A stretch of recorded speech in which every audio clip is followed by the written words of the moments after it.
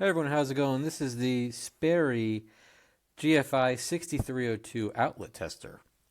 Super basic. I'm not an electrician, but I do some minor electrical projects around the house.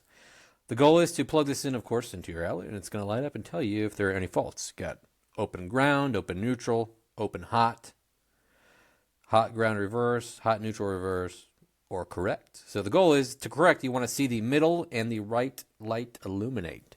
So let's see if that happens here. Yes, indeed. They are both on. In this case, it's correct.